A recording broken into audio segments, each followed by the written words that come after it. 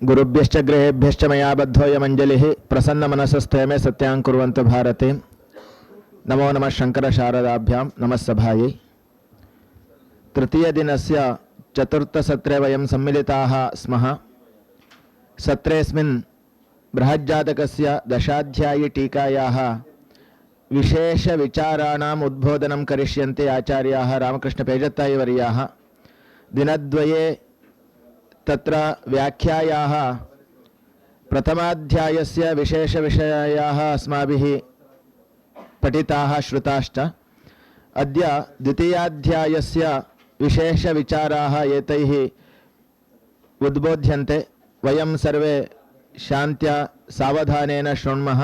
सत्रेऽस्मिन् रामकृष्णपेजत्तायिवर्याणां कृते नमतिततीः समर्प्यन्ते। स्वागतञ्च व्याहरामि, कृपया अस्मान् उद्बोधयन्तु इति। इदानीं डॉक्टर रामकृष्ण पेजत्तायिवर्याः।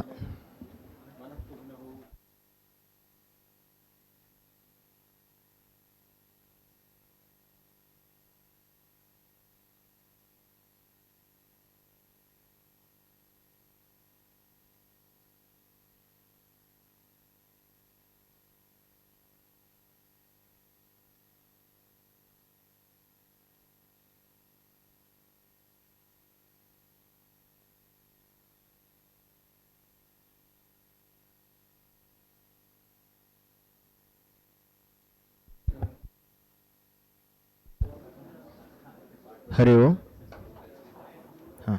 शक्यं वा आरब्धुम्? आरब्धुं शक्यं वा? आम्, ध्वनिः सम्यक् न श्रूयते भवताम्। इदानीं श्रूयते वा? हरि ओम्। द्वितीयदिनस्य चतुर्थसत्रे वयं सम्मिलिताः स्मः। सत्रेऽस्मिन् क्षम्यतां, तृतीयदिनस्य चतुर्थसत्रे वयं स्मः। दिनद्वये तावत् बृहज्जातकस्य दशाध्यायीव्याख्यायाः प्रथमाध्यायस्य विशेषविषयाः एतैः उद्बोधिताः। अद्य तावत् द्वितीयाध्यायस्य विशेषविषयाः एतैः पाठ्यन्ते। वयं सावधानतया शृण्मः। सत्रेऽस्मिन् रामकृष्णपेजत्तायिवर्याणां कृते अहं स्वागतं व्याहरामि, अस्मान् उद्बोधयन्तु इति। इदानीं डॉक्टर रामकृष्णपेजत्तायिवर्यः।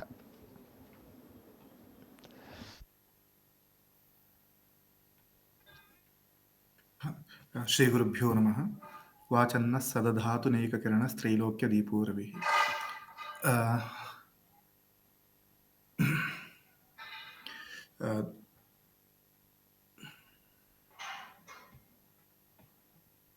तत्र एकं विकिपीडिया पेज् शेर् कर्तुं यतमानः अस्मि। न जाने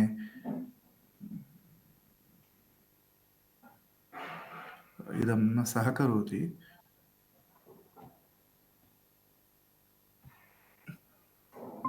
अपि दृश्यते इदं विकिपीडिया पेज् दृश्यते वा? आमां दृश्यते। दृश्यते खलु? अस्तु अस्तु। क्रियताबुरि जितुमकुलीर इति पद्यं वर्तते खलु? तत्र अस्माभिः ज्ञातमेव यत् ग्रीक् शब्दाः तन्नाम ग्रीक् भाषायाम् अथवा ग्रीक् संस्कृतावपि यथा अस्माभिः 12 राशयः चिन्त्यन्ते, तद्वत् तेषामपि फलज्योतिषे तावत् 12 राशीनां परिकल्पना वर्तते। केचन एतादृशाः अभिप्रायाः अपि सन्ति यत् ततः भारते तावत् राशीनां परिकल्पना नासीत्, तत् ग्रीक्तः अस्माभिः स्वीकृतमस्ति इत्यपि कश्चन प्रवादः अस्ति एव। तद्विषये विस्तरेण न गच्छेम साम्प्रतं। केवलं तत्र क्रियताबुरि जितुमकुलीर इत्यस्य सम्यक् अवगमनार्थम् एतदहं दर्शयन्नस्मि। अत्र भवन्तः द्रष्टुं शक्नुवन्ति, ग्रीक् नेम् इति अस्ति। 12 राशीनां ग्रीक् नेम् इत्यस्ति। दृश्यते इति विश्वसिमि। अत्र वस्तुतः इदानीम् आधुनिक आङ्ग्लभाषायां तावत् एतानि नामानि यानि कथ्यन्ते, एरीस् अथवा टौरस्, जेमिनी इत्यादिकानि नामानि, तानि लैटिन् मूलानि। ग्रीक् भाषायाम् एते शब्दाः आसन्। पश्यन्तु, क्रियोस् इति, क्रिया इति संस्कृतीकृतं, क्रियोस् इत्यस्य संस्कृतीकृतं रूपं क्रिया इति। तथा च एतत् ताबुरि लैटिन् भाषायां ग्रीक् भाषायां च रूपं समानं टौरस् इति, तत् ताबुरि इति कृतं। जितुम एतत् डिडिमोय् इति डिडिमो इति किञ्चित् तत् जितुम इति जातं। प्रायेण तकारः तैः न प्रयुज्यते, डकारः प्रयुज्यते।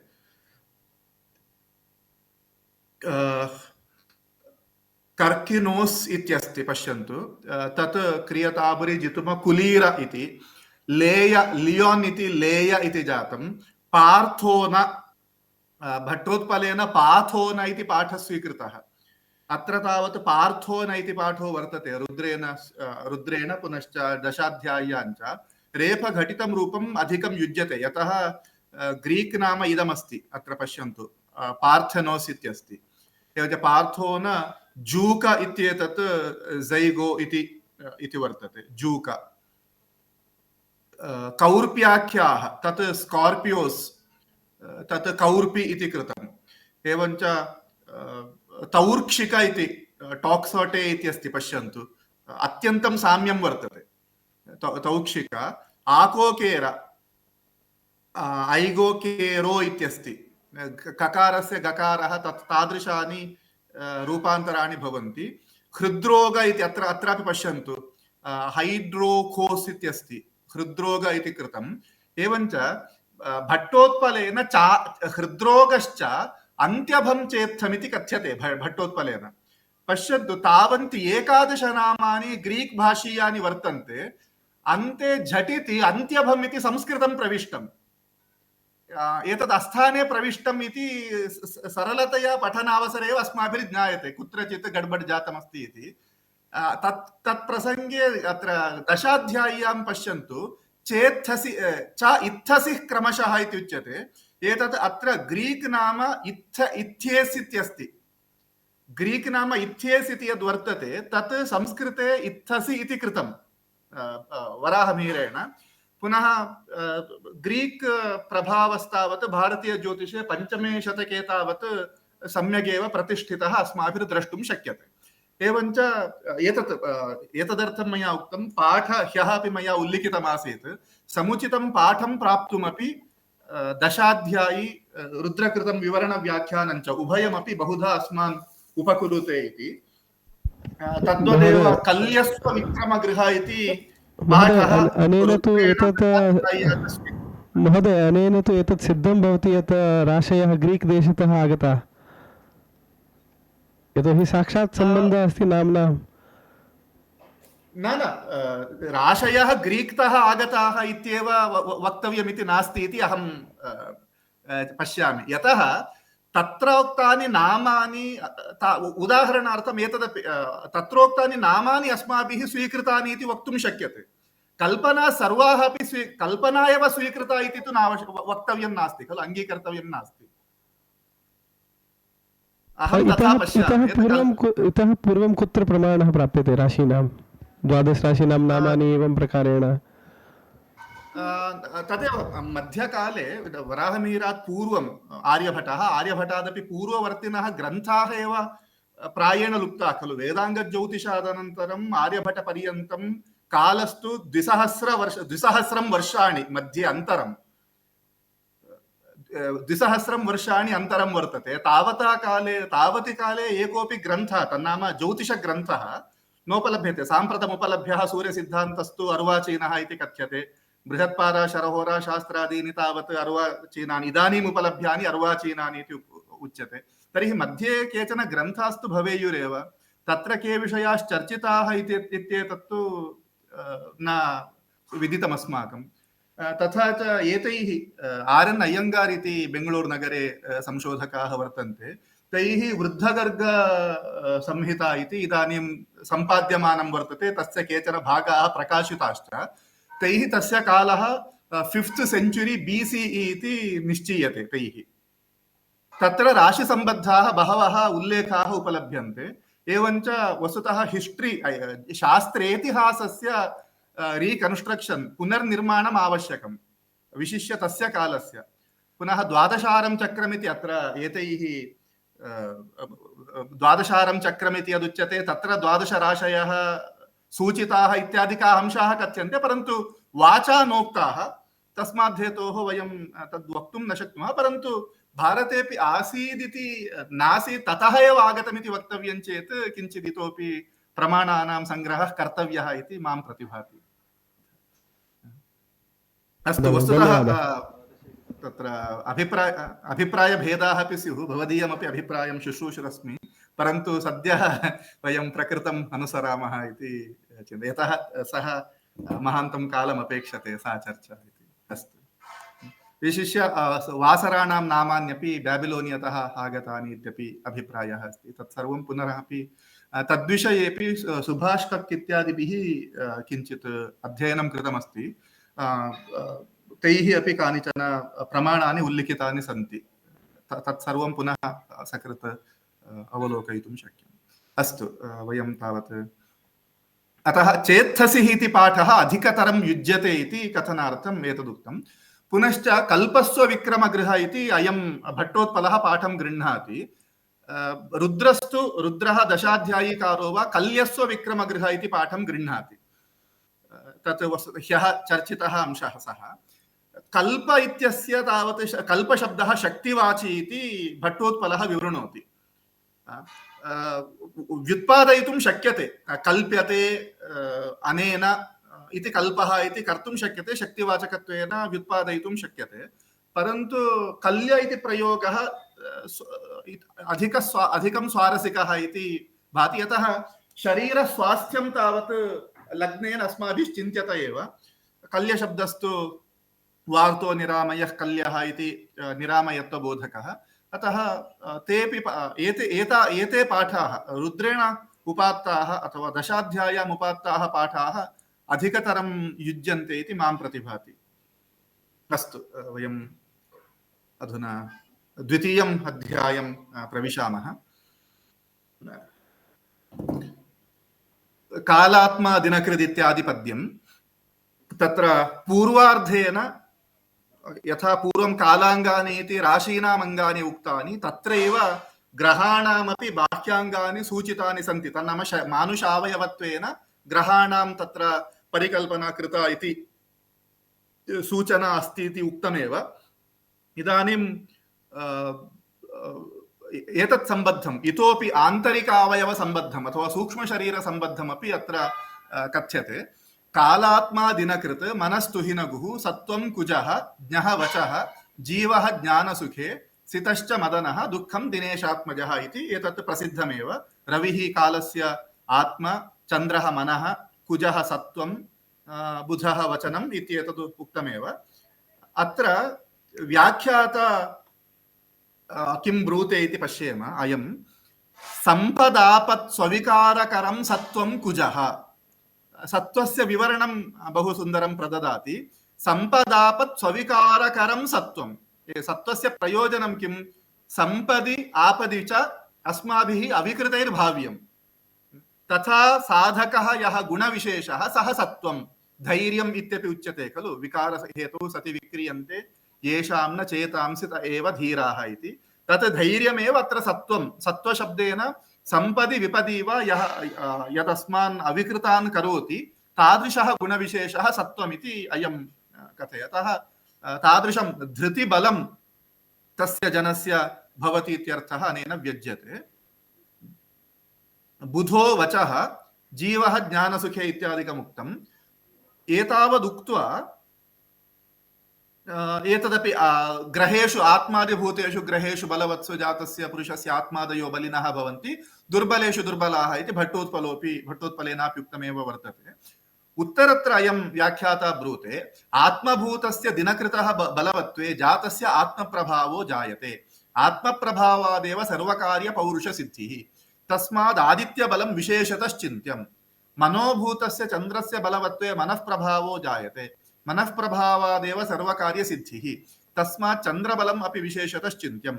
आत्ममनसोः इतरेतरे आश्रयत्वात् सूर्याचन्द्रमसोः एकस्य बलवत्वात् इतरस्यापि बलसिद्धिः इति एतावन्तमर्थं कथयति। विशिष्य जातके सूर्यचन्द्रयोः बलेन मनुष्यस्य तस्य स्थैर्यं भवति इत्यर्थः अत्र अभिव्यक्तः भवति। तदपि अस्माभिः चिन्तनीयमित्यभिप्रायः। पुनश्च आत्मबलं मनोबलम् इति शब्दद्वयम् अस्माभिः प्रयुज्यते। तत्र उभयोरपि वस्तुतः परस्पर सापेक्षत्वम् अस्त्येव। आत्मबले सति मनोबलं भवति, मनोबले सति आत्मबलं भवति। क्वचित् मनोर्थेव आत्मशब्दोऽपि प्रयुज्यते। तस्मात् हेतोः उभयोः एकस्य बलवत्वे अपरस्य बलम् अस्माभिः द्रष्टव्यम्। एवञ्च जातके सूर्यचन्द्रयोः एकतरः बलवान् स्यात् इत्यर्थोऽपि अत्र अभिव्यक्तः अस्माभिः द्रष्टुं शक्यते। भवतु तद्विषये विवरणं पुनः उक्तं। तत्र इतोपि स्वारस्यम् अत्र पुनः कथयति। कोः भूमेः जातः कुजः।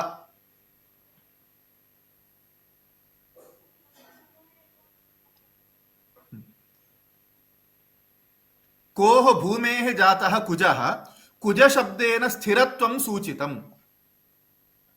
तत्र कालात्मा दिनकृत् मनस्तुहिनगुः सत्त्वं कुजः इति एते शब्दाः प्रयुक्ताः सन्ति खलु।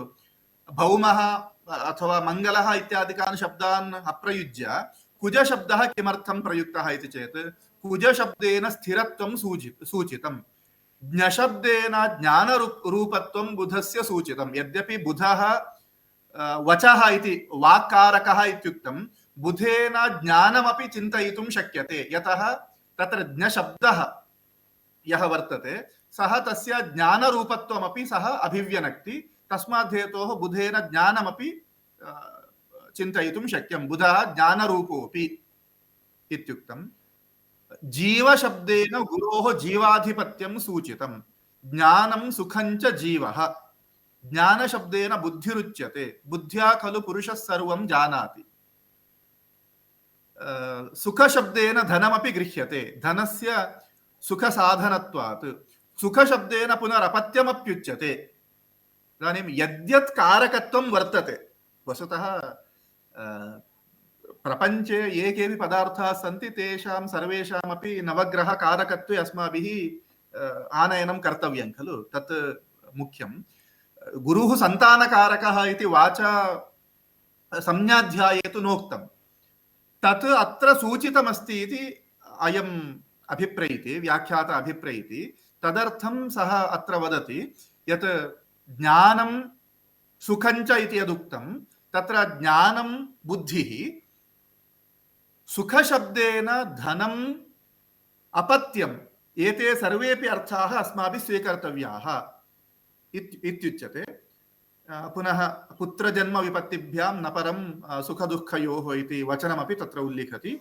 एवञ्च सुखशब्देन धनं सन्ततिश्च अस्माभिः स्वीकर्तव्यम् इत्यर्थः अपि उक्तं भवति। सितश्च मदनः इत्यत्र चशब्देन सितस्यापि ज्ञानसुखस्वरूपत्वं सूचितं। तत्र चशब्देन सितश्च मदनः, सितः ज्ञानं सुखं च सः वर्तते, ज्ञानरूपः सुखरूपश्च। तदनन्तरं मदनः इत्युक्तमस्ति। तत्र पुनः विशेषं ब्रूते।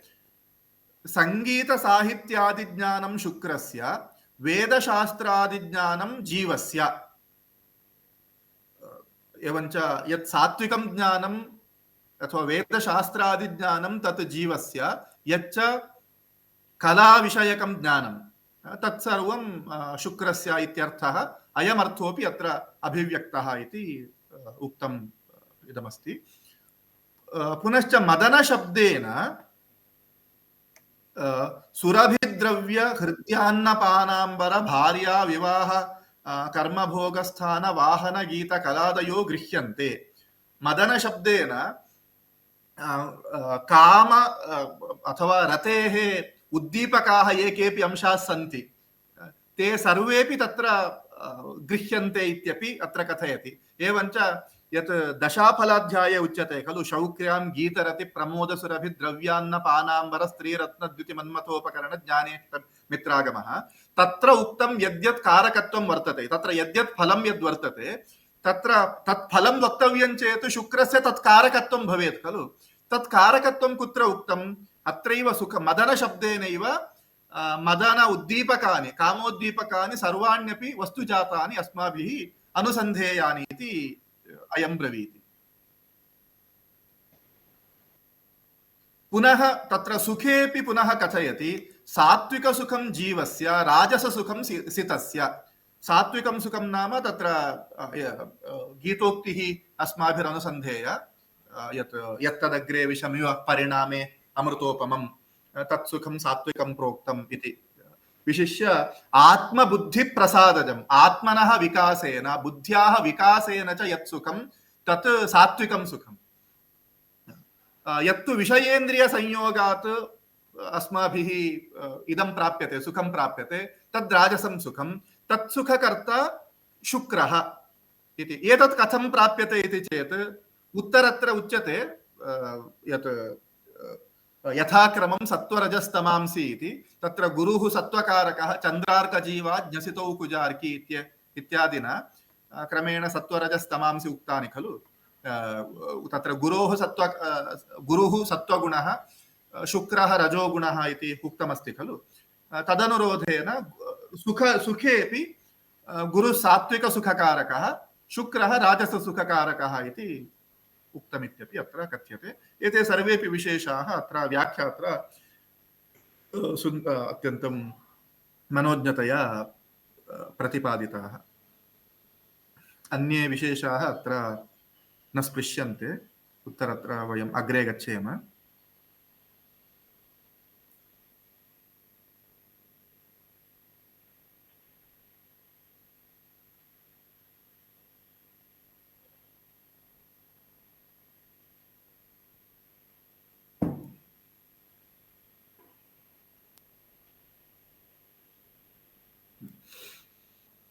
अत्र वर्णास्ताम्रसितातिरक्तहरितव्यापीतचित्रासिता इत्यत्र विशेषः कथ्यते। सूर्यादिनाथाः सूर्यादयः नाथाः येषां ते तथोक्ताः अनेन ग्रहपूजादौ तद्वर्णकुसुमवस्त्रपश्वादयो ग्राह्याः। ग्रहाणां वर्णाः स्थानद्वये कथिताः। रक्तश्यामो भास्करो गौर इन्दुः इत्यत्रापि ग्रहाणां वर्णाः कथिताः। वर्णास्ताम्रसितातिरक्तहरितव्यापीतचित्रासिताः इत्यत्रापि वर्णाः कथिताः। कस्य कुत्र विनियोगः इति जिज्ञासा उदीयात्। किमर्थं द्वेधा कथनम् इत्यपि उदीयात्। अथवा तर्हि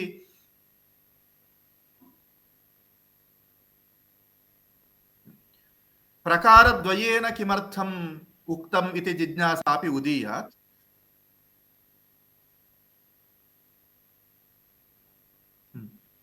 तदर्थं तत्र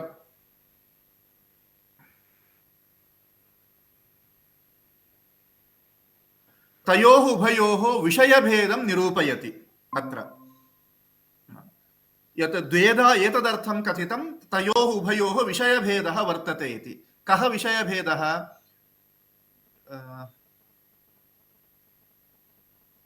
वस्तुतः मया हैलैट् कृत्वा स्थापितमासीत् एतत्। अस्तु, अत्र कथ्यते फलकथने उत्तरस्य वर्णकथनस्य पूर्वोक्तस्य रक्तश्यामेत्युक्तस्य च अनुस्मृतिः कर्तव्या। सूर्यादिनाथाः इत्यदुक्तम् अनेन ग्रहपूजादौ तद्वर्णकुसुमवस्त्रपश्वादयो ग्राह्याः। इदानीं वर्णास्ताम्र इत्यादिना उक्ताः वर्णविशेषाः तत्र तत् अस्मिन् अन्यस्मिन् विषये ते वर्णविशेषाः उक्ताः। रक्तश्यामो भास्करो इत्याद्युक्ताः ये वर्णविशेषाः सन्ति तेषां विषयान्तरे विनियोगः इति तत्र कथयति। यत् ग्रहपूजादौ वर्णास्ताम्र इत्यादियुक्ताः वर्णाः स्वीकर्तव्याः। सूर्यस्य ताम्रवर्णः, चन्द्रस्य सितवर्णः, कुजस्य अतिरक्तवर्णः, एतत् सर्वं ग्रहपूजादौ तद्वर्णकुसुमैः तद्वर्णीयैः वस्त्रैः अस्माभिः आराधना कर्तव्या इति तत्र तद्विषयः। फलकथने तावत् रक्तश्यामेत्युक्तवर्णस्य अनुस्मृतिः कर्तव्या। फलकथनावसरे तत्र चोरप्रश्ने वा अथवा तादृशेषु प्रसङ्गेषु अथवा कस्यचित् जातकस्य तस्य वर्णः कीदृशः भवति इत्यादिकं विज्ञातुं रक्तश्यामो भास्करो इत्यादिना यः वर्णविवेकः उक्तः सः वर्णक्रमः अस्माभिर्ज्ञातव्यः इति उक्तं भवति। अत्र फलकथने उत्तरस्य वर्णकथनस्य पूर्वोक्तस्य रक्तश्यामेत्युक्तवर्णस्य च अनुस्मृतिः कार्या इत्युक्तमस्ति। पूर्वोक्तस्य रक्तश्यामेत्युक्तवर्णस्य अनुस्मृतिः कर्तव्या इति युज्यते। उत्तरस्य वर्णकथनस्य इत्यस्ति। वस्तुतः अस्मिन् ग्रन्थे तु वर्णकथनं यत् विप्रादिवर्णाः उक्ताः, परन्तु कल्लर् इत्यर्थे वर्णास्तु द्वेधा एव कथिताः सन्ति, रक्तश्यामो इति वर्णास्ताम्र इति। उत्तरस्य इति किम् अभिप्रेत्य कथितमिति किञ्चित् द्रष्टव्यम्।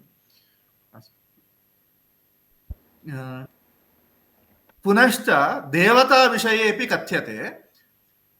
द्वितीयपादेन तावत् वह्न्यं वग्निज केशवेन्द्रशुचिका सूर्यादिनाथाः क्रमादित्युक्तमस्ति खलु। तत्र सूर्यादिनाथाः इत्यत्र षष्ठी तत्पुरुषसमासः। सूर्यादीनां नाथाः इति वक्तव्यं। सूर्यादीनां ग्रहाणां देवताः एताः भवन्ति इति अभिप्रायः, अर्थः अनुसन्धेयः। तत्र कथ्यते यत् वह्निशब्देन अग्निश्च रुद्रश्च विवक्षितौ कृशानुरेता हि भगवान् हरः। एवञ्च अग्निः शिव एव। अग्नेः अष्टसु मूर्तिषु अपि क्षम्यतां, शिवस्य अष्टसु मूर्तिषु अपि अग्निः वर्तते। पुनश्च अग्निः कृशानुरेता इत्यपि प्रसिद्ध्यति। तस्मात् हेतोः अग्निशब्देन शिवोऽपि ग्राह्यः। यत् प्रश्नमार्गे तावत् अर्कः शम्भुरुदाहृतः इत्युच्यते खलु। सः अर्थः सूर्यः शम्भुः, तथा च चन्द्रः दुर्गा शीतकरः इत्युच्यते। एवञ्च ते अर्थाः अपि इतः एव स्वीक्रियन्ते दशाध्यायीकारेण। तन्नाम अत्रैव ते अर्थाः अभिव्यक्ताः सन्ति इति। तदर्थम् अग्निश्च रुद्रश्च विवक्षितौ। अम्बुशब्देन सूच्यते शब्दैकदेशकथनात् अंबिका गौरी च इत्यादिकं सः विवृणोति। अम्बुशब्देन अंबिका गौरी च ग्राह्ये, अग्निज शब्देन तु स्कन्दः। एवम् अर्थविशेषाः अपि अत्र प्राप्ताः द्रष्टुं शक्याः।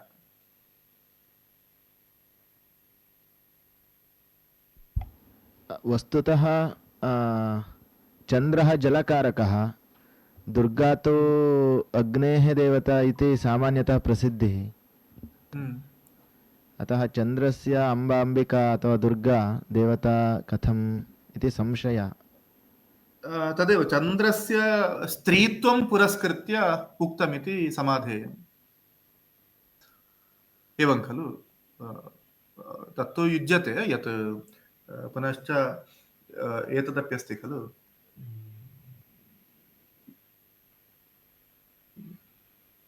दुर्गायास्तु तदस्ति एव, यत् अग्निसम्बन्धः एव उच्यते। वैरोचनीम् इत्युच्यते खलु। विरोचनः अग्निः। वैरोचनीं कर्मफलेषु जुष्टामिति मन्त्रे वैरोचनी इति शब्दः प्रयुज्यते। दुर्गायास्तु अग्निसम्बन्धः अस्ति एव, परन्तु तदेव तत्र स्त्रीत्वं, चन्द्रशुक्रयोः स्त्रीत्वं पुरस्कृत्य स्त्रीदेवतात्वम् उच्यते। दुर्गा शीतकरः इति। पुनः प्रश्नमार्गे अन्नपूर्णेश्वरी लक्ष्मी यक्षी वा भृगुनन्दनः इति शुक्रस्यापि अन्नपूर्णेश्वरी लक्ष्मीः यक्षी इति देवताः कथ्यन्ते। सैव युक्तिः पर्याप्ता इति विश्वसिमि। यदि युक्त्यन्तरं किमप्यस्ति तर्हि कथयन्तु।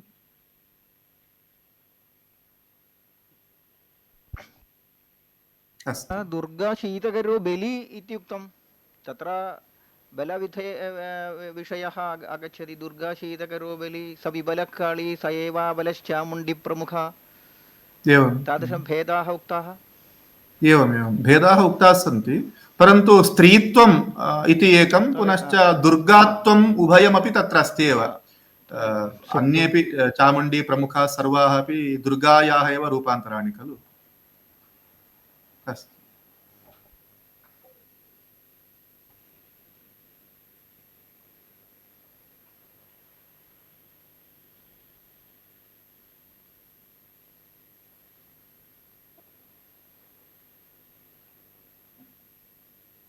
सर्वत्रापि इति मां प्रतिभाति इति अध्याहार्यं। यत् अभिप्रायभेदाः स्युरेव, वस्तुतः आन्लैन् माध्यमेन अस्मि इत्यतः अधिकं संवादः कर्तुं न शक्यः इत्येकं। पुनश्च किञ्चित् अधिकान् विषयान् पश्येम इत्यस्मादपि किञ्चित् वेगेन जिगमिषुरस्मि। अस्तु,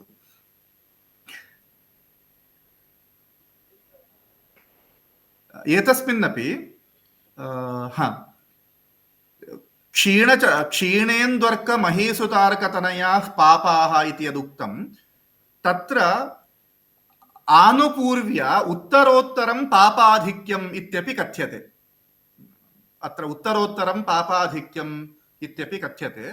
क्षीणचन्द्रस्य पापत्वं, क्षीणचन्द्रादपि अर्कस्य पापत्वं, तस्मादपि कुजस्य, तस्मादपि शनेः। किमर्थं सा आनुपूर्वी? क्षीणेन्द्वर्कमहीसुतार्कतनयाः पापाः इत्यत्र आनुपूर्वी किमर्थमिति चेत् क्षीणचन्द्रः पापः, ततोपि रविः पापीयान्, ततः कुजः, ततोपि शनिः इति तत्र पापेष्वपि तारतम्यम् अस्माभिः अनुसन्धेयम् इत्यर्थः अत्र प्रकाशितः व्याख्यात्र। तदपि अस्माभिः द्रष्टुं शक्यते। अस्तु,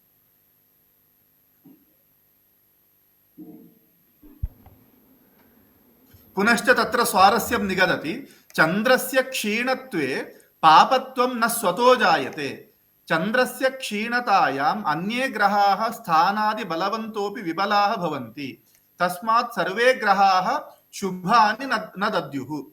इदानीं तत्र पापत्वस्य अथवा अशुभत्वस्य प्रकारः भिद्यते। चन्द्रः स्वयम् अशुभं न प्रददाति। चन्द्रस्य बलहानौ तावत् चन्द्रस्य दौर्बल्ये सति अन्ये ग्रहाः दुर्बलाः भवन्ति। तदपि कथ्यते। मूलं कालतरो स्मृतो हिमरुचिः, शाखादयोन्ये ग्रहाः। कालात्मकस्य वृक्षस्य मूलं चन्द्रः, ग्रहाः शाखादयः।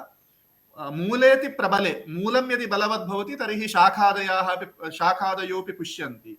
मूले दुर्बले शाखादीनामपि हानिः इत्यादिकं कथ्यते। तस्य सर्वस्यापि अभिप्रायः एषः अस्ति यत् मनः बलवद्भवति चेत् सर्वमपि अस्माभिः हितत्वेन अस्माभिरनुभूयते। मनः दुर्बलं भवति चेत् यत्किञ्चित् भवतु नाम सर्वत्रापि न्यूनता एव अस्माभिरनुभूयते। अतः मनोबलम् अत्यन्तं प्रधानमिति कथयितुं एतं मार्गम् अनुसरति व्याख्याता। पुनः रविकुजौ तु वह्निभूतस्वरूपौ क्षत्रकुलाधिपौ च, तथापि रवेः सत्त्वगुणमयत्वात् अत्यन्तं पापत्वं न विद्यते। कुजस्य तमोमयत्वात् अर्कादपि पापत्वमुच्यते। पुनः इदानीं सोऽपि पापग्रहः अयमपि पापग्रहः इत्येतावन्न तत्र पापत्वे तारतम्यं द्रष्टव्यमिति एकः अंशः। पापत्वे पुनः विषयभेदोऽपि अस्माभिः, प्रकृतिभेदोऽपि अस्माभिर्द्रष्टव्यः इति अपरोऽपि अंशः। एवं खलु अशुभत्वं नानाविधं। केचित् अत्यन्तम् अलसाः भवन्ति, तदपि अशुभत्वं। केचित् अन्यान् सर्वदापि पीडयन्ति, तदपि अशुभत्वं। तत्र भेदस्तु अस्त्येव, अशुभत्वेपि भेदस्तु अस्त्येव। अतः एते भेदाः अस्माभिर्द्रष्टव्याः। तदर्थम् अयं किञ्चिदत्र प्रवृत्तिं करोति। रवेः पापत्वं यद्वर्तते, यद्यपि तस्य पापत्वं वर्तते, परन्तु सत्त्वगुणमयत्वात् सः उत्तरत्र कथ्यते। यवनपक्षे तु रवेः क्रूरत्वं, कुजशन्योः पापत्वम् इत्यपि कथ्यते। एवञ्च युद्धोत्साहः इत्यादि रूपं क्रूरत्वं वा पापत्वं वा रवेः युद्धप्रियता इत्यादिकं वक्तव्यं। कुजस्य तु तत्र तमोमयत्वात् अर्कादपि पापत्वं।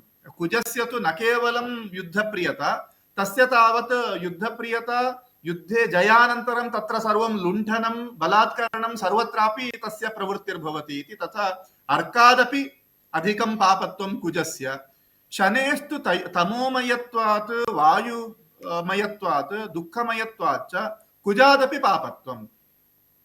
अतः अस्माभिः तत्सर्वं फलादेशकाले अस्माभिः तारतम्यम् अथवा विषयभेदोऽपि अस्माभिः यः क्रियते तत्र तस्य सर्वस्यापि बीजम् अत्र प्रदर्शयति दशाध्यायिकारः। अस्तु, तत्र पापयुतस्य बुधस्य आदौ स्वीकरणीयं वा अन्ते वा पापत्वतारतम्ये? प्रायेण आदावेव स्वीक्रियते। प्रायेण आदावेव, यतः रविबुधयोगे निपुणयोगोऽपि उक्तः वर्तते। एवं खलु, पापयुतिः तत्र वर्तते, निपुणयोगोऽपि उक्तः अस्ति। धीकीर्तिसौख्यान्वितं क्रूरं हेतुस्ति शुक्रेण रविजेन धातुकुशलं भाण्डप्रकारेषु वा इति। तत्र युतौ अत्यन्तम् अशुभत्वं योगफले अत्यन्तम् अशुभत्वं नोक्तं, तस्मात् हेतोः न तावत् अशुभत्वं वक्तव्यमिति सम्प्रदायः।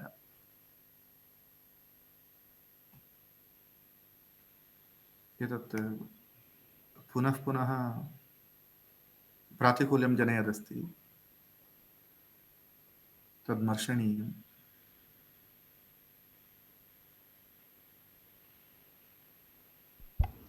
अस्तु,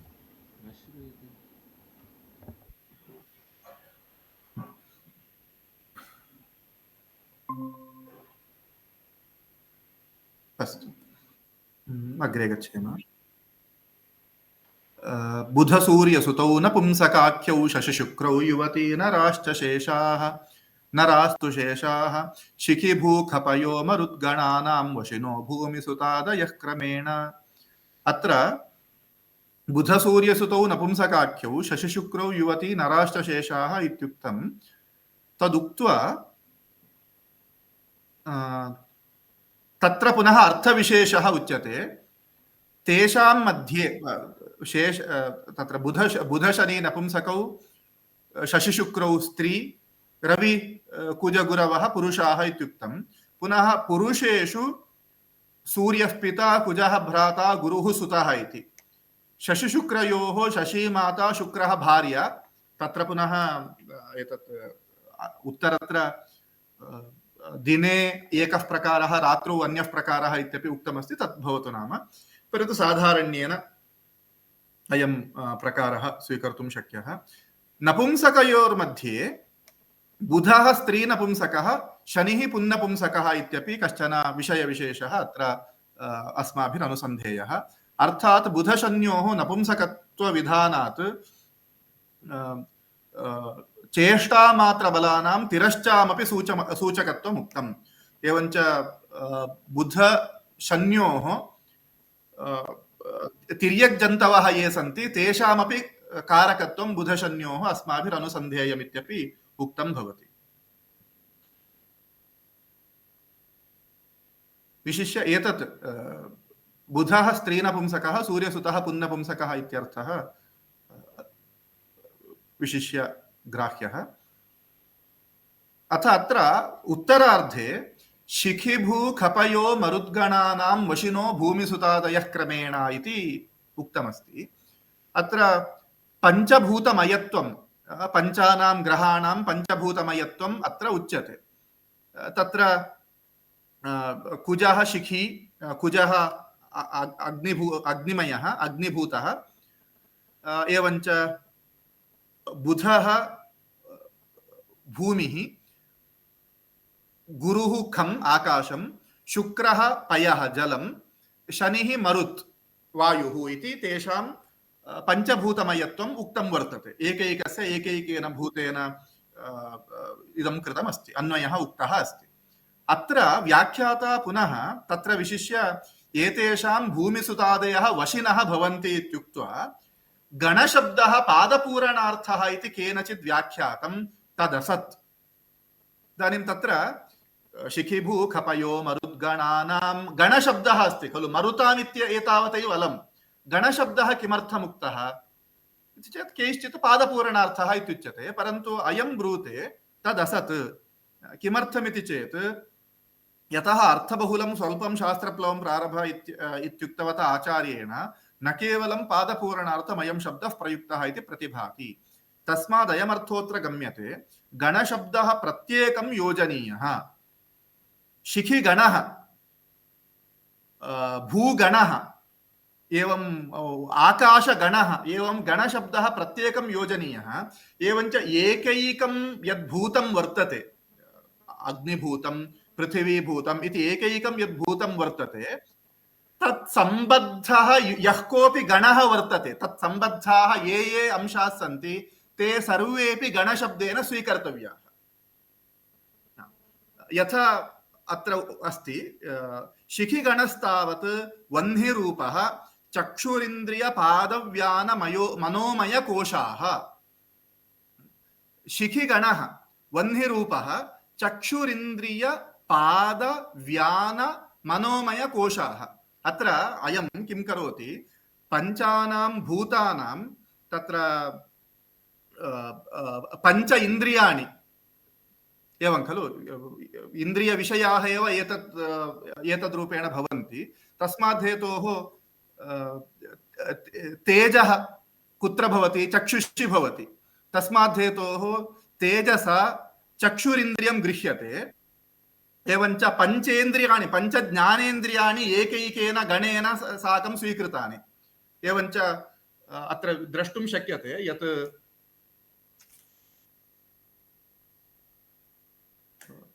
इन्द्रियसम्बन्धः अत्र द्रष्टुं शक्यते। यथा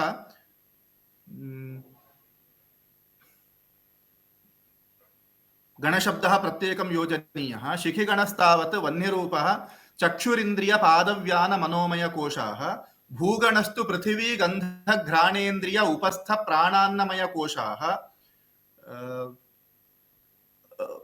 खगणः अपि आकाश शब्द श्रोत्रेन्द्रिय वाक् समान आनन्दमय कोशाः। अत्र द्रष्टुं शक्यते भूगणस्य इदं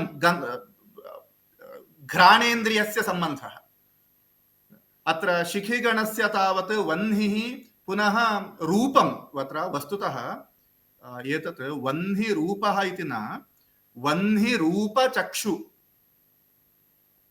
इति इदं कर्तव्यम्। एवञ्च वह्निरिति भूतं, तथा च रूपम् इति तत्र पञ्च इन्द्रियाणि, पञ्च इन्द्रियाणां पञ्च विषयाः भवन्ति खलु, रूपरसगन्धस्पर्श रूपाः। ते विषयाः, इन्द्रियविषयाः ग्राह्याः। अतः रूपम् उक्तं, पुनश्च रूपस्य ग्रहणं चक्षुषा क्रियते, रूपचक्षु इति स्वीकृतम्। पञ्च इन्द्रियाणि, पञ्चेनाम् इन्द्रियाणां पञ्च विषयाः, रूपं चक्षुरिति। भूगणः पृथिवी इति उक्तमेव। एवञ्च गन्धः घ्राणेन्द्रियञ्च, एवञ्च गन्धः घ्राणेन्द्रियविषयः, तस्य ग्राहकम् इन्द्रियं घ्राणं, तत् स्वीकृतं। खगणः नाम आकाशगणः, तत्र आकाशभूतं, आकाशे शब्दः आकाशनिष्ठः विषयः, तथा च श्रोत्रेन्द्रियं शब्दग्राहकम्। एवञ्च तत्र शब्दः श्रोत्रेन्द्रियञ्च अत्र स्वीकृतमस्ति। तथा च पयोगणः अप् रसनेन्द्रियं, रसः रसनेन्द्रियम्, एतत् स्वीकृतम्। इन्द्रियम् इन्द्रियविषयश्च। मरुद्गणः वायुः स्पर्शः त्वगिन्द्रियं स्पर्शं गृह्णाति। एवञ्च स्पर्शः विषयः, इन्द्रियविषयः, त्वगिन्द्रियं तत् विषयग्राहकम्। एवञ्च पञ्चभूतानि पञ्चविषयाः पुनश्च पञ्चेन्द्रियाणि उक्तानि। तदनन्तरं पञ्च इन्द्रियाणि न केवलं ज्ञानेन्द्रियाणि, पञ्चकर्मेन्द्रियाण्यपि उपात्तानि। वाक्पाणिपादपायु उपस्थरूपाणि पञ्चकर्मेन्द्रियाण्यपि स्वीकृतानि।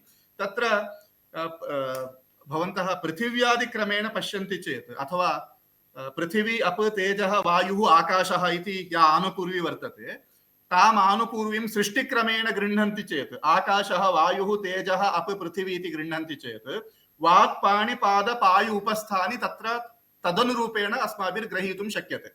आकाशः वाग्रूपं कर्मेन्द्रियम् अन्तर्भावयति, वायुभूतं पाणिरूपं कर्मेन्द्रियं, तेजोभूतं पादरूपं कर्मेन्द्रियं, अभूतं पायुरूपं कर्मेन्द्रियं, पृथिवीभूतं उपस्थरूपं कर्मेन्द्रियं।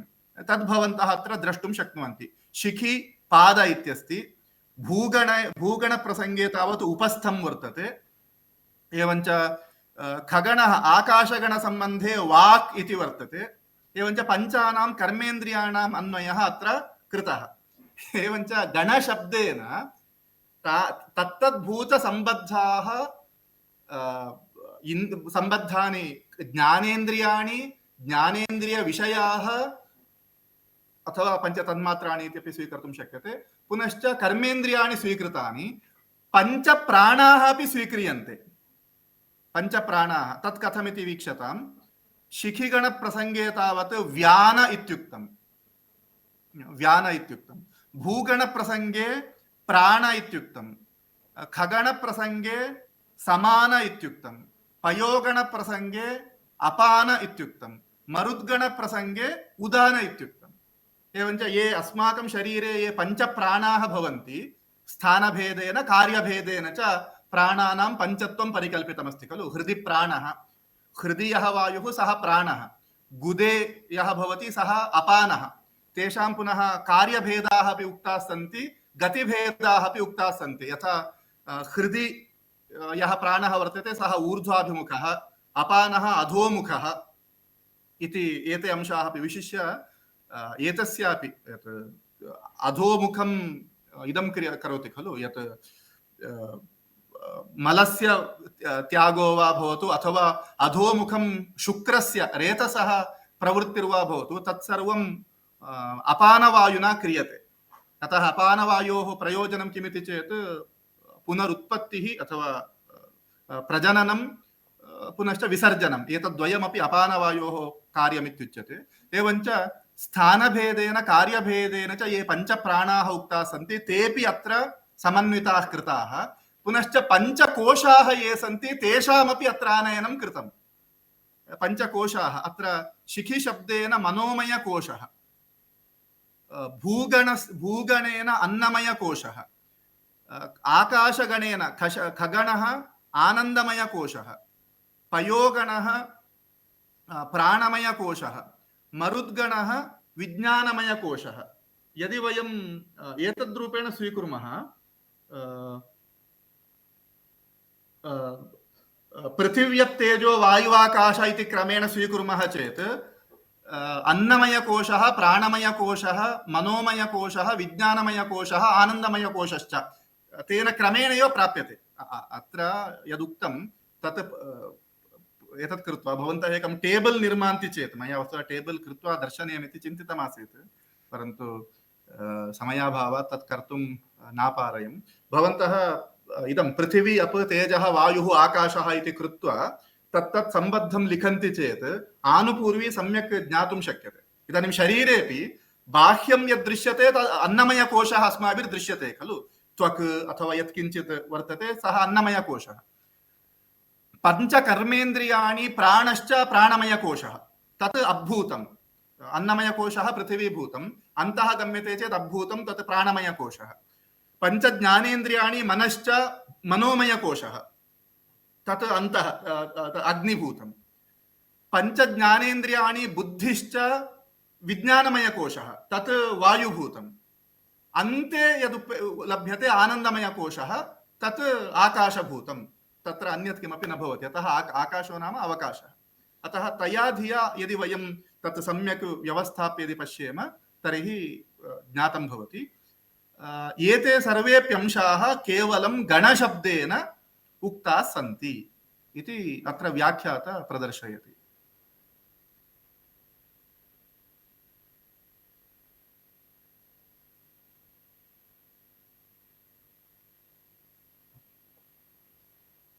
अस्तु।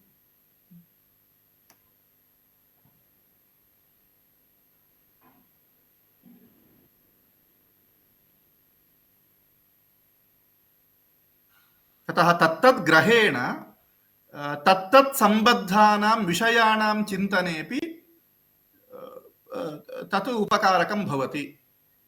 यथा एकैकस्य कोशस्य एकैकस्मिन् अंशे तत्र इदं भवति खलु। यथा विज्ञानमयकोशः अस्माकं बुद्धेः प्रभावकः, चिन्तनशक्तिः, धारणा, तत्सर्वमपि विज्ञानमयकोशस्य कार्यम्। अस्माकं फीलिङ्ग्स्, एमोशन्स् यानि भवन्ति तत्सर्वमपि मनोमयकोशस्य कार्यं भवति। शारीरिकं बलं यद्वर्तते तत्सर्वम् अन्नमयकोशस्य। तत्तद् ग्रहसम्बन्धेन वयं तत्तद्विषयस्य चिन्तनं कर्तुं शक्नुमः। तत्सर्वमपि अत्र शिखिभूखपयो मरुद्गणानाम् इत्यत्र गणशब्देन तत्सर्वमपि सूचितमस्ति इति व्याख्याता ब्रूते। अस्ति।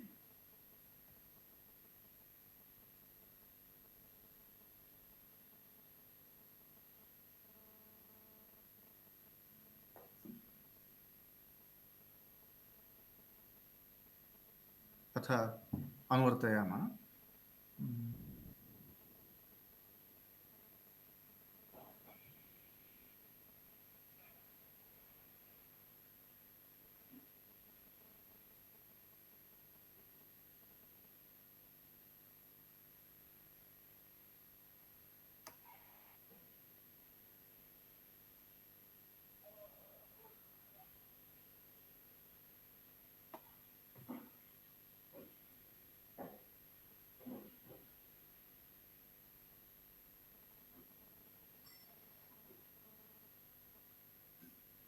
अथ विप्रादितः शुक्रगुरु इति पद्यं पश्येम।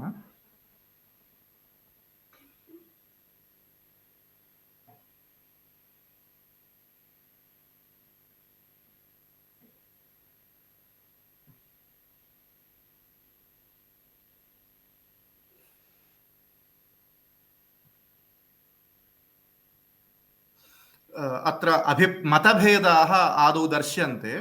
विप्रादितः शुक्रगुरु ब्राह्मणो, कुजार्कौ क्षत्रियौ, शशी चन्द्रः वैश्यः, बुधः शूद्रः, असितः अन्त्यजानां चातुर्वर्ण्य भिन्नाः जनाः ते सर्वेपि शनिना चिन्त्याः इति एतावत् उक्तं। तत्र शनिः अन्त्यजानाम् अधिपः इति एतावदुक्तं। शशी बुधश्च वैश्याधिपौ, शनिः शूद्राधिपतिरिति केचित्।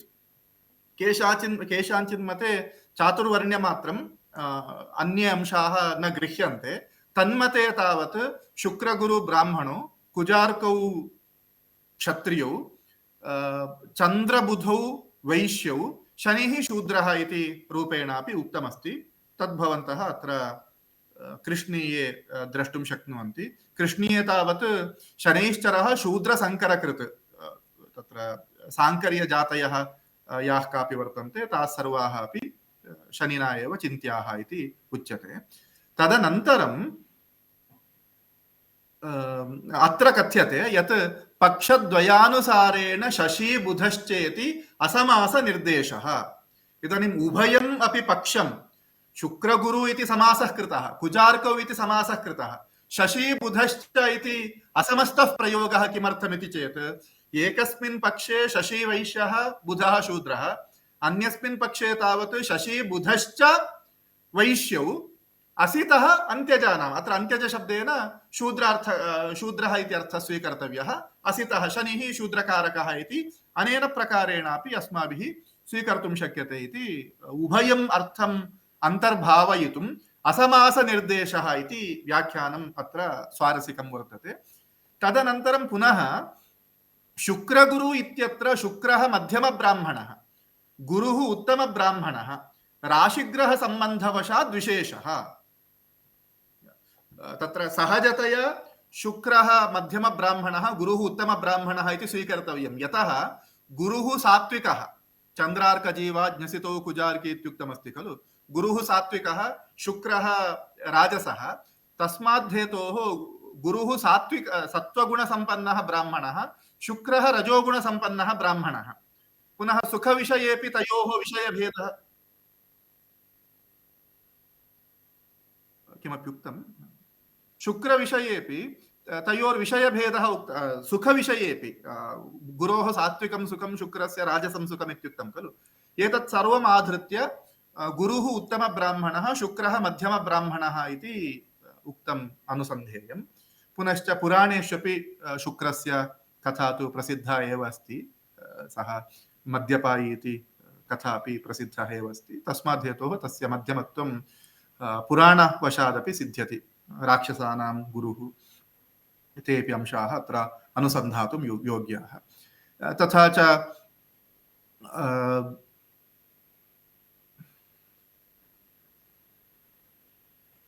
गुरुः सुरगुरुः, शुक्रः सुरागुरुः इत्यपि प्रसिद्धमेव अस्ति।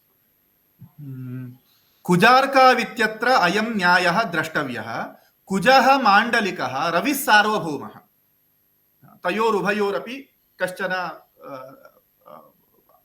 विवेकः अस्माभिः कर्तव्यः उभावपि क्षत्रियौ परन्तु रविः सार्वभौमः कुजः माण्डलिकः अतः फलचिन्तनावसरेऽपि रविः राजा इत्युक्तं चन्द्रः सेनानीः इत्युक्तम् अतः तत् तारतम्यमपि क्षम्यतां कुजः सेनानीरित्यपि उक्तं तदपि तारतम्यम् अस्माभिः मनसि कर्तव्यम् तथा च सामाद्युपाय चतुष्टयाधिपत्यम् अनेन सूचितम् शुक्रगुरुवोः विप्रत्वात् सामाधिपत्यम् ऊह्यम् कुजार्कयोः क्षत्रियत्वात् दण्डाधिपत्यम् अवगन्तव्यम् शशिनः वैश्यत्वात् दानाधिपत्यं ज्ञेयम् बुधशन्योः अन्त्यवर्णाधिपत्यात् भेदाधिपत्यं वेद्यम् यदपि उपायचतुष्टयं यद्वर्तते तत्रापि यत् अन्वयः अस्माभिः द्रष्टुं शक्यः इत्यपि उक्तम् अस्माभिः द्रष्टव्यम्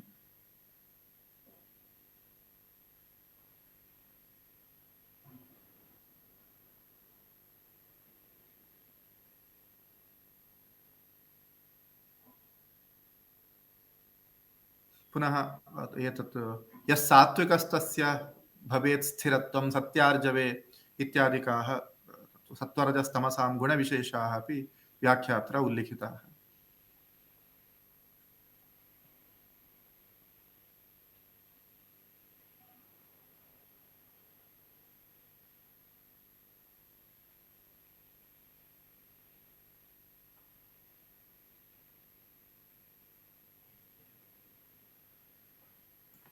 अथ ग्रहाणां रूपं यदुक्तं मधुपिङ्गलदृक्चतुरश्रतनुः पित्तप्रकृतिः सविताल्पकचः तनुवृत्त तनुर्बहुवातकफः प्राज्ञश्च शशि मृदुवाक्षुभदृक् इत्यत्र ग्रहस्वभावाः उच्यन्ते मधुपिङ्गलेति इति व्याख्याय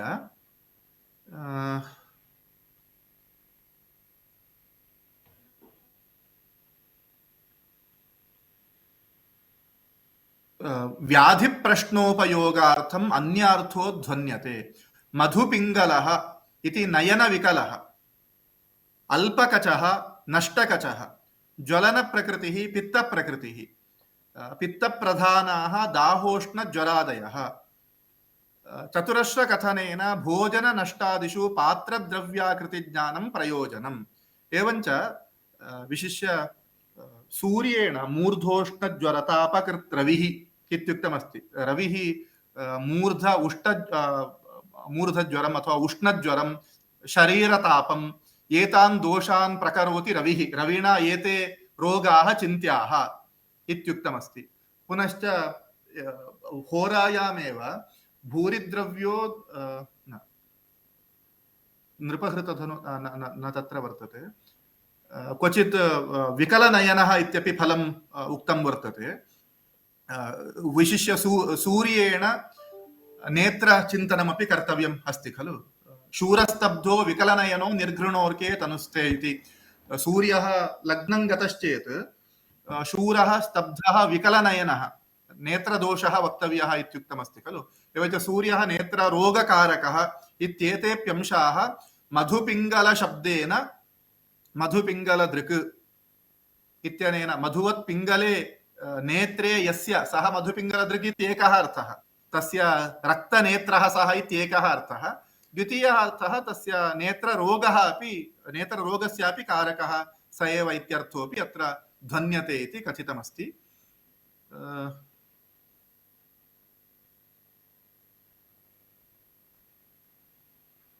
पित्तप्रधानाः रोगविशेषाः अपि तस्मादेव चिन्त्याः इत्यपि अत्र उक्तं वर्तते तथा च चतुरश्रकथनेन भोजननष्टादिषु पात्रद्रव्याकृतिज्ञानं प्रयोजनम् एवञ्च चतुरश्राकृतिः रविणा चिन्त्या इत्यपि अस्माभिः ग्रहीतुं शक्यः एवञ्च एतेप्यंशाः अत्र सर्वस्यापि ग्रहस्य स्वरूपकथनावसरे अत्र उक्ताः सन्ति तेपि अस्माभिः द्रष्टुं शक्याः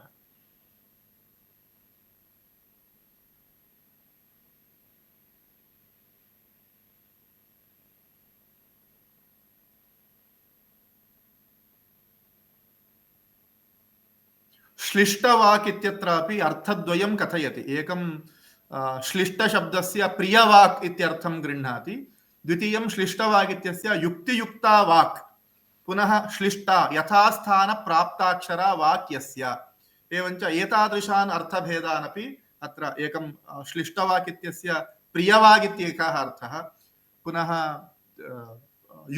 युक्तिसम्मत युक्तिभिः आश्लिष्टा वाक्, युक्तिभिः आलिङ्गिता वाक् इत्यर्थोऽपि अत्र ध्वनितः इति कथयति।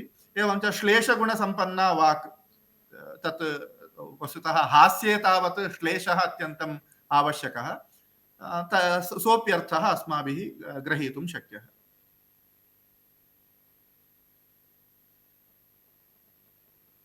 अस्तु, एतावता अद्य अहम् उपसंहरामि।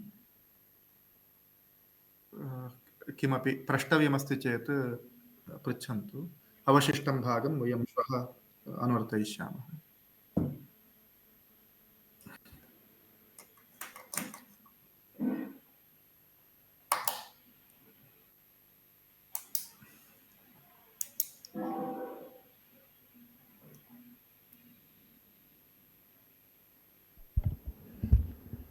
प्रश्नाः सन्ति चेत् छात्राः प्रष्टुमर्हन्ति।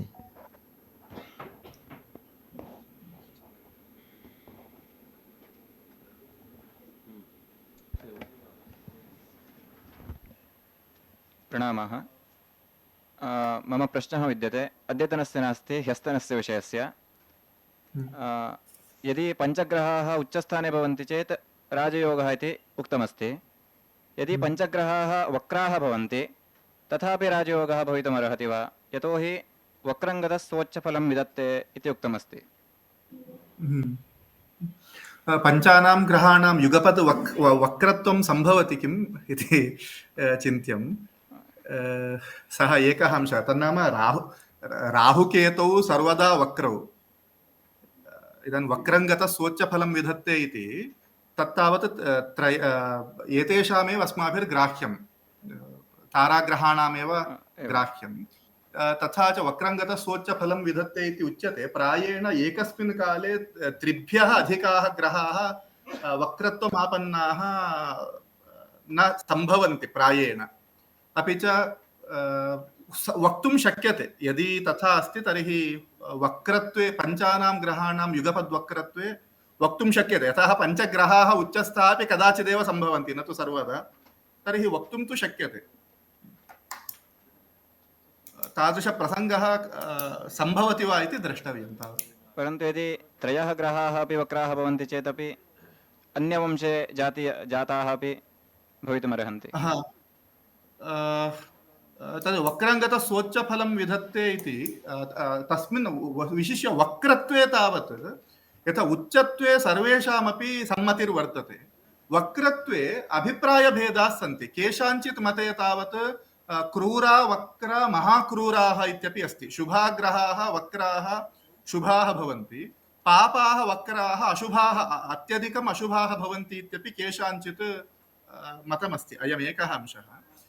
द्वितीयं महोदयः, पञ्चाग्रहाः वक्रिणः भवितुं शक्यन्ते सर्वे।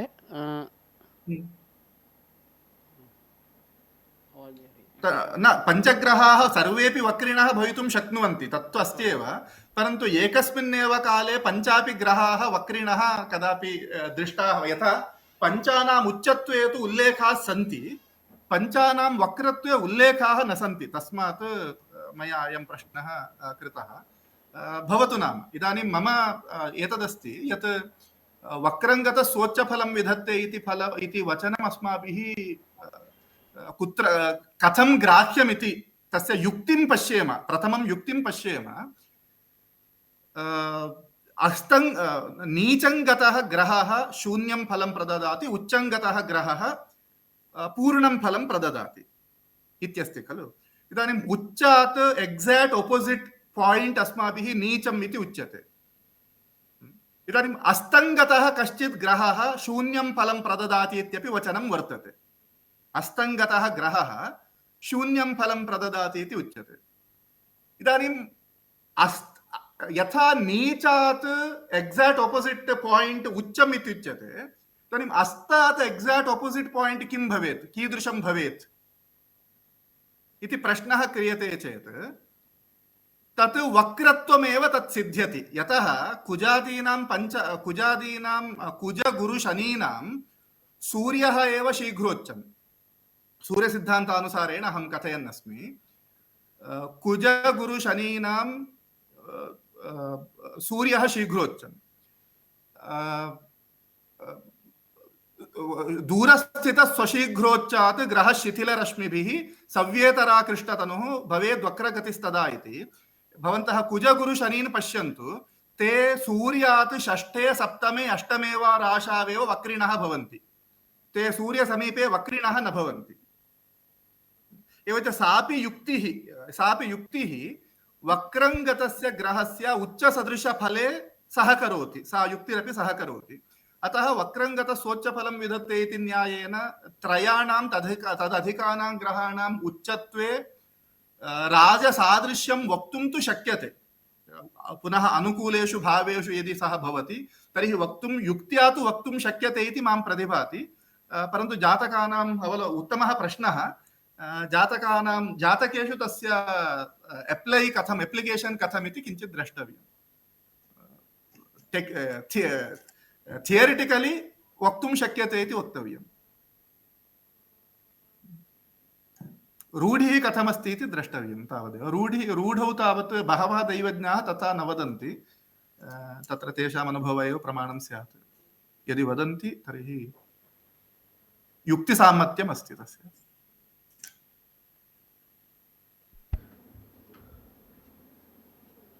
मन्ये उत्तरं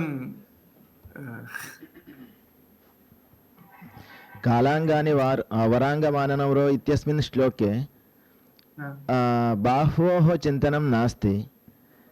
कस्मात् ग्रहात् अथवा कस्मात् राशितः बाह्वोः चिन्तनं कर्तुं शक्यते इति आचार्यैः चन्द्रकान्तभट्टवर्यैः पृष्टमस्ति इदानीं।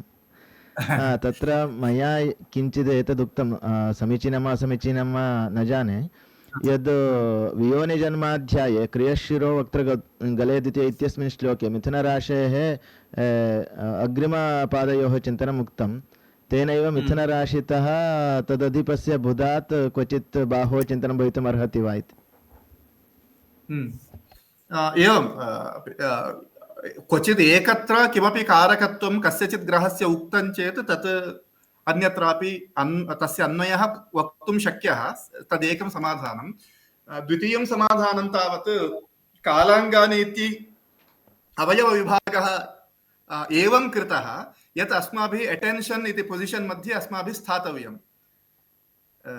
तदानीम् अस्माकं शरीर बाह्वोः ये भागाः येन अङ्गेन येन राशिना सम्पृक्ताः भवन्ति। यतः भुजस्य एवं खलु, भुजस्य एतावान् भागः उरसा सम्बद्धः अस्ति, तावतः भागस्य मिथुनराशिः। हृदयस्य यत् तत् समदेशः यः बाहोः स्थानं यद्वर्तते तत् कर्काटकराशेः। उदरेण सह बाहोः भागः यः भवति, नाम उदर समवर्ती बाहोः भागः यः भवति, सः सिंहराशिः इत्यनेन क्रमेण चिन्त्यमिति अस्मद्गुरूपदेशः। तस्मात् तत् अधिकं युज्यते इति मां प्रतिभाति। अत्र व्याख्याने एव भुजद्वयस्कन्धांशदेशः तन्मध्यदेशः उरशब्देन उच्यते। एवं बाहुद्वयान्तर एवं खलु भुजद्वय अस्मिन्नेव व्याख्याने भुजद्वयस्कन्धांशदेशः तन्मध्यदेशः उरशब्देन उच्यते।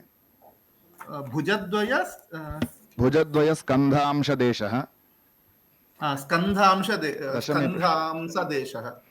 तर्हि एते भागाः ग्राह्याः भवन्ति खलु। पूर्णः भुजः इति मन्ये। पूर्णः भुजः इति तथापि भवितुमर्हति। एवमेव। पुनश्च मिथुनराशेः तदस्ति एव, यत् अन्यत्रापि प्रमाणमस्ति। एतस्मिन् अस्ति वा तत् वक्षांसि तत्र हृत्कुक्षि वक्षांसि तत्रापि अयमपि भागः। एवमेव। परन्तु युज्यते, मिथुनराशेः तत् युज्यते।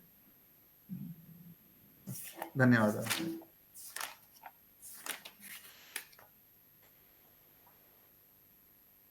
अस्तु तर्हि वयम् अद्य उपसंहरेम। श्वः द्वितीयाध्यायस्य अवशिष्टं भागं श्वः द्रष्टुं प्रभवेम। तावदेव चतुर्षु दिवसेषु अध्यायद्वयस्यैव अध्ययनं भवेत्। प्रायः तृतीयाध्यायस्य प्रवेशं तु किञ्चित् कर्तुं शक्ष्यामः इति विश्वसिमि। अस्तु। एतावता अस्मिन् सत्रे डॉक्टर रामकृष्ण पेजतै वर्याः अस्मान् उद्बोधितवन्तः।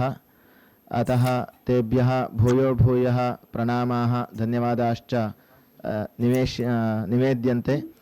पुनः श्वः अपि एते एव अस्मान् उद्बोधयिष्यन्ति। अतः तदर्थं स्वागतं। सत्रेऽस्मिन् धन्यवादञ्च व्याहृत्य इदं सत्रम् अत्रैव समाप्तिमेति इति वक्तुमिच्छामि। सर्वेभ्यः धन्यवादाः।